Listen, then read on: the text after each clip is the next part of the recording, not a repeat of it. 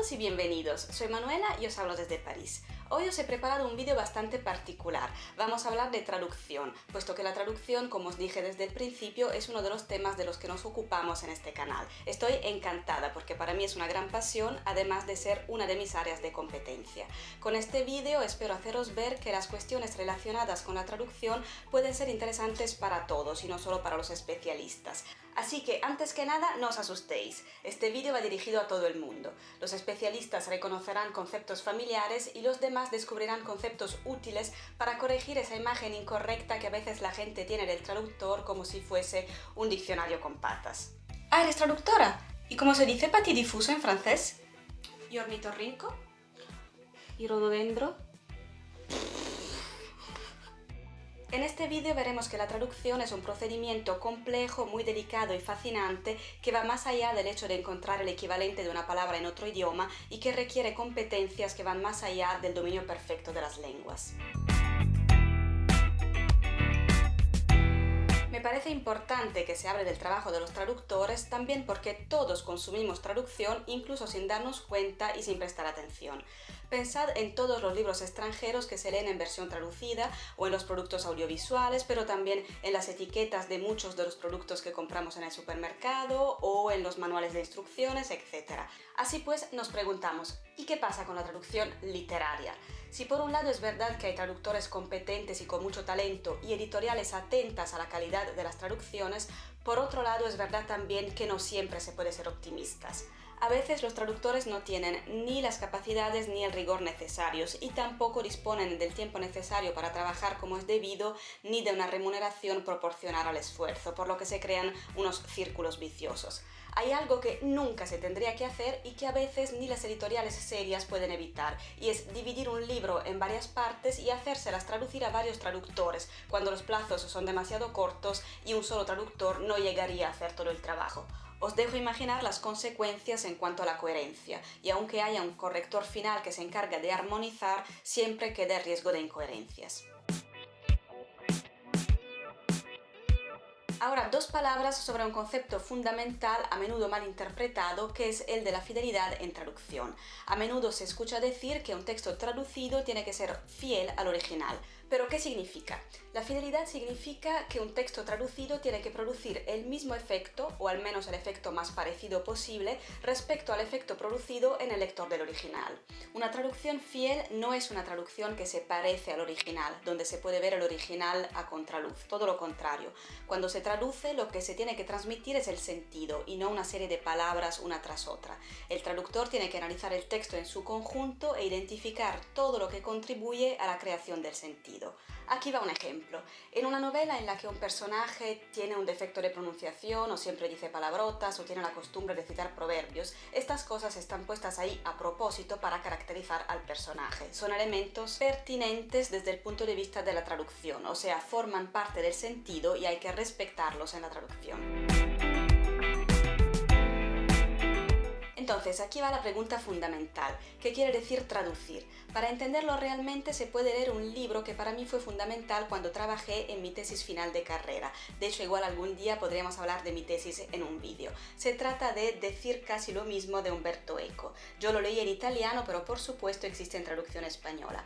Es un texto brillante sobre la teoría y la práctica de la traducción, basado en la experiencia del autor como traductor, relector de traducciones y autor traducido. Eco escribe en las primeras líneas de su introducción: ¿qué quiere decir traducir?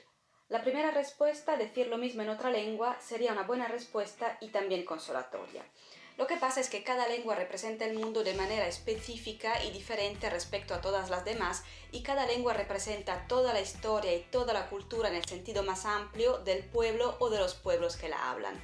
Lo que hace que, de cierta manera, cuando se pasa de una lengua a otra, nunca se dice exactamente lo mismo. Eco sigue en su introducción escribiendo: he aquí el sentido de los capítulos que siguen. Intentar entender cómo, aun sabiendo que no se dice nunca lo mismo, se puede decir casi lo mismo. ¿Cuánta elasticidad debe tener ese casi? Establecer la flexibilidad, la extensión del casi depende de una serie de criterios que hay que negociar previamente. Decir casi lo mismo es un procedimiento que se inscribe, como veremos, bajo el epígrafe de la negociación. De hecho, esta es la razón por la cual la mediación del traductor no es nunca solo una mediación lingüística, tiene que ser también una mediación cultural. Un ejemplo de mediación cultural. Umberto Eco nos explica cómo su traductora rusa de El nombre de la rosa ha gestionado las muchas citas latinas que en su libro contribuyen a crear una atmósfera medieval. Os leo un fragmento. Para un lector eslavo, estas frases y estos títulos en latín transliterados al alfabeto cirílico no habrían sugerido nada, entre otras cosas porque el latín para un lector ruso no evoca ni la Edad Media ni el ambiente eclesiástico. Por lo cual, la traductora sugirió usar en lugar del latín el antiguo eslavo de la Iglesia Ortodoxa medieval. De esa forma, el lector podía captar la misma sensación de lejanía, la misma atmósfera de religiosidad, pero comprendiendo vagamente de qué se estaba hablando.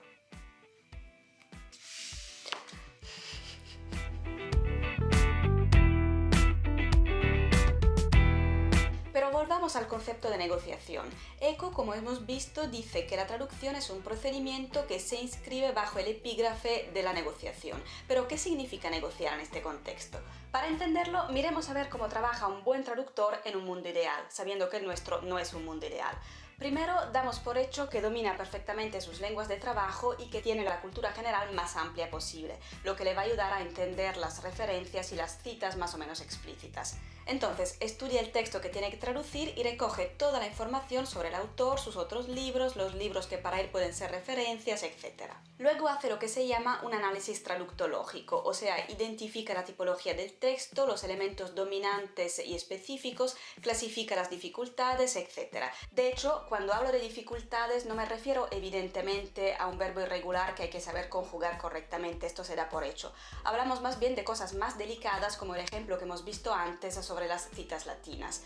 Así que volvamos a nuestro traductor. Después de haber hecho el análisis traductológico, tiene que establecer su estrategia de traducción, que es el resultado de esas negociaciones de las que habla Eco.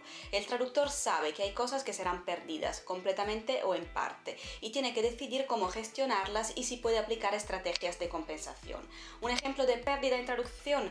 ¿Sabéis cuál es el título del original italiano de Los novios de Alessandro Manzoni? Se trata de una de las obras más importantes y más estudiadas de la literatura italiana y su título original es I Promessi Sposi. Incluso si no habláis italiano, estoy convencida de que podéis percibir este abismo que separa I Promessi Sposi de los novios, puesto que se pierde esta idea de promesa que hay en el título italiano. Un ejemplo ahora de estrategia de compensación. Si hay un juego de palabras que en el texto traducido se pierde porque esa lengua no lo permite, el traductor puede decidir compensar esa pérdida introduciendo, por ejemplo, 50 páginas después, un juego de palabras que en el original en ese punto no existía. Aunque, y no quiero ser ambigua sobre este punto, un traductor no puede hacer cualquier cosa con un texto, y así como hay que intentar no quitarle nada, tampoco hay que añadir nada. Ya está, el traductor ha acabado su trabajo y le ha entregado su traducción a la editorial. ¿Sabéis qué pasa ahora? Ahora empieza otra fase muy importante que es la de la relectura de la traducción. Hay al menos un corrector o dos en función de los plazos y del budget que lee y corrige. Pero visto todo lo que hemos dicho hasta ahora sobre la complejidad de reflexión que hay o debería haber detrás de cada decisión de traducción, entenderéis que me parece peligroso que alguien pueda intervenir en el texto con total libertad.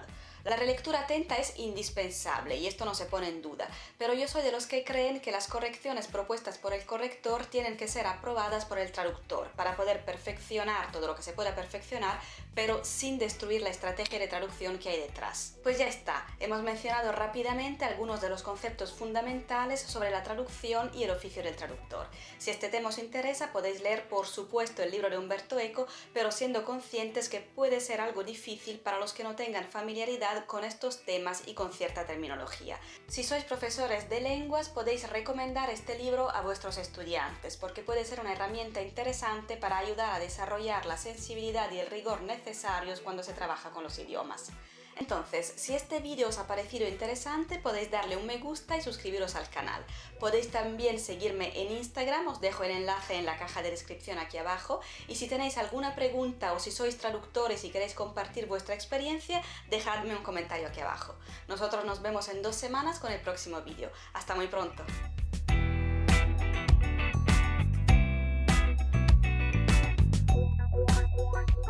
De hecho, rhododendro en francés se dice rhododendron. Pues no, en latín no lo sé. ¿Vosotros lo sabéis?